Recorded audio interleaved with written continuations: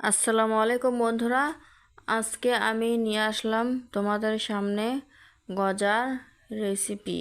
গজা কিভাবে তৈরি করে ওটাই তোমাদের সামনে তুলে ধরবো একদম সহজভাবে। একদম তোমরা বাড়িতে দোকানের মতন গজা তৈরি করে নিতে পারবে। খুব সুন্দর, খুব একদম রসালো, একদম নরম। দেখো কত সুন্দর করে আমি তৈরি করে নিয়েছি। কি বলবো, মুখে দিলে মিলিয়ে যায়, এতটা নরম করে তৈরি করে নিয়েছি। দোকানের মতন করে আমি গজা তৈরি করে নিয়েছি। তোমরাও বাড়িতে সবাই আমার ভিডিওটা দেখে একবার হলো বাড়িতে বানিয়ে দেখো, কতটা টেস্টিও হয় খাইতে, নরম।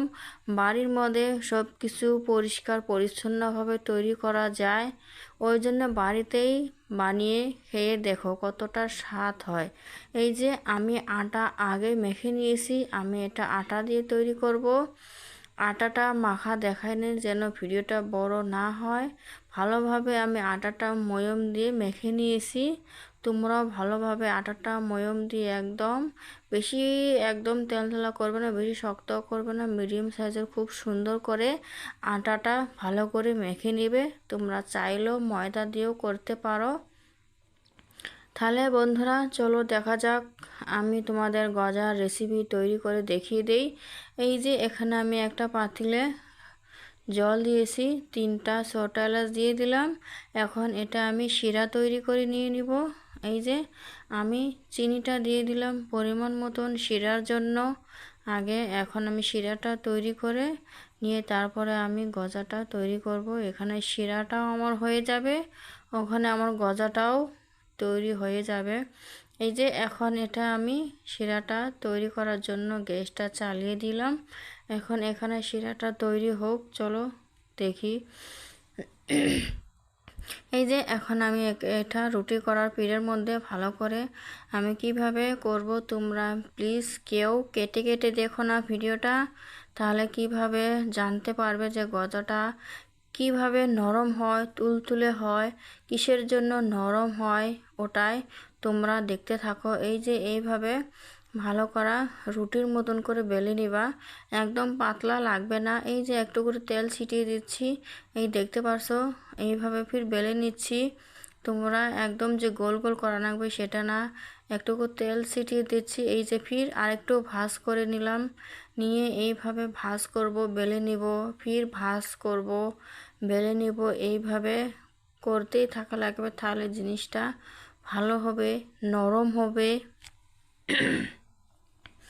আমি এই যে এইভাবে দেখো, আমি ভালো করে এমন করে ভাঁজ করে নিচ্ছি আর এইভাবে বেলে নিচ্ছি।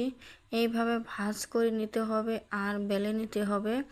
আর মাঝে মাঝে একটু সাদা তেল আমি এখানে ছিটিয়ে দিচ্ছি। এই যে একটু একবার সাদা তেল ছিটিয়ে দিচ্ছি, একবার ভাঁজ করে নিচ্ছি, দুবার বেলে নিচ্ছি, ফির আরেকবার সাদা তেল ছিটিয়ে দিচ্ছি। এইভাবে আমি 10 বারের মতন করে নিয়েছি আর বেলে নিয়েছি। এইভাবে করবা আর বেলে নিবা, তাহলে ভেতর সাইডটা খুব সুন্দর নরম হয়, গজাটার খুব সুন্দর একদম নরম হয়। এই যে আমার কিন্তু ভালো করে আমি এইভাবে 10 বারের মতন করে নিয়েছি। এই যে এখন আমার রেডি হয়ে গেছে, এখন আমি এটা শেপ করব, কেটে নিব। তোমরা চাইলে যে কোনো শেপটা দিতে পারো। আমি লম্বা লম্বা সাইজ 4 কোনা শেপ দিয়ে নিব।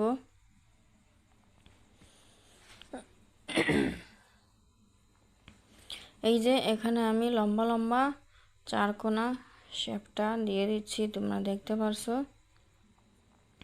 এই যে এইভাবে কেটে নিচ্ছি একটু চিকন চিকন সাইজ মতন।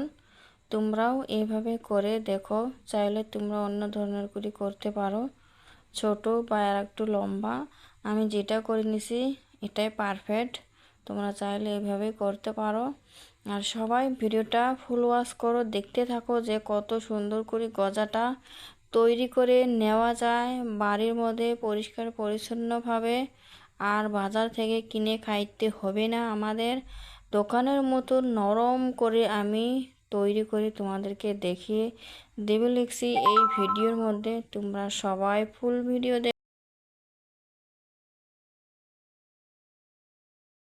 একদম দোকানের মতো নরম তুলতুলে হয়। দেখো কত সুন্দর হয়েছে না? ভেতরটাতে কিন্তু খুব সুন্দর এইভাবে ভাঁজ করে করে বেলে নেওয়া হয়েছে জন্যে খুব সুন্দর হয়েছে। এই যে আমি ভালো করে কেটে নিয়েছি সবগুলোই, দেখতে পারছো তোমরা। এই দেখো এখন আমি ভেজে নিব। খুব সুন্দর ভিতরটা কিন্তু পরলে পরলে একদম ভাঁজে ভাঁজে খুব সুন্দর করে হয়ে গেছে। যখন আমি ভেজে নিব দেখো কতটা সুন্দর হয়।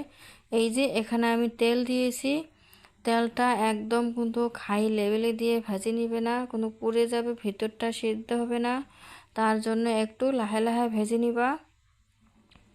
এই দেখো আমি একটু লাহে লাহে ভেজে নিব। দোকানের মতন একদম নরম তুলতুলেভাবে গজা তৈরি এইভাবে করে নিতে পারবে সবাই। প্লিজ বাড়িতে একবার হলো বানিয়ে দেখো যে কতটা নরম তুলতুলে হয় গজা।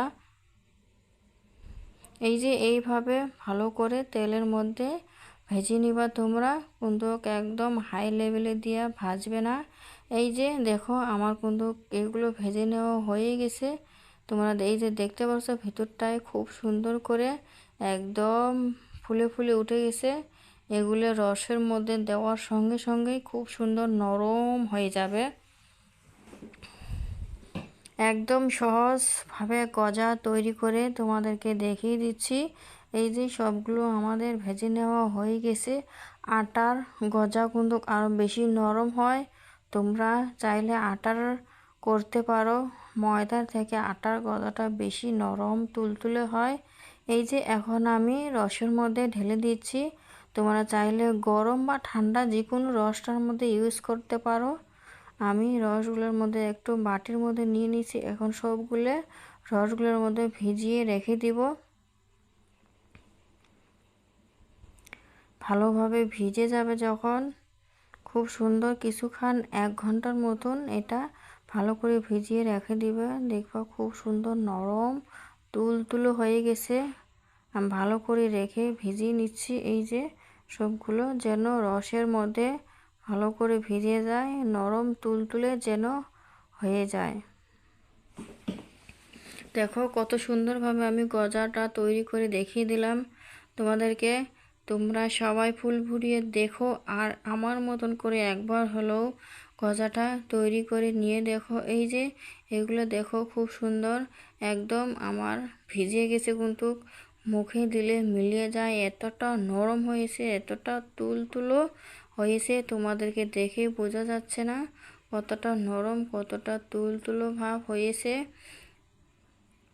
এইভাবে বাড়িতে ঘরে থাকে বসে থেকে গজা তৈরি করা কতটা সহজ। দেখো যে কোনো জিনিস না জানলে মনে হয় খুব কঠিন। দেখো একদম সহজভাবে তোমাদেরকে আটার গজা তৈরি করে দেখিয়ে দিলাম।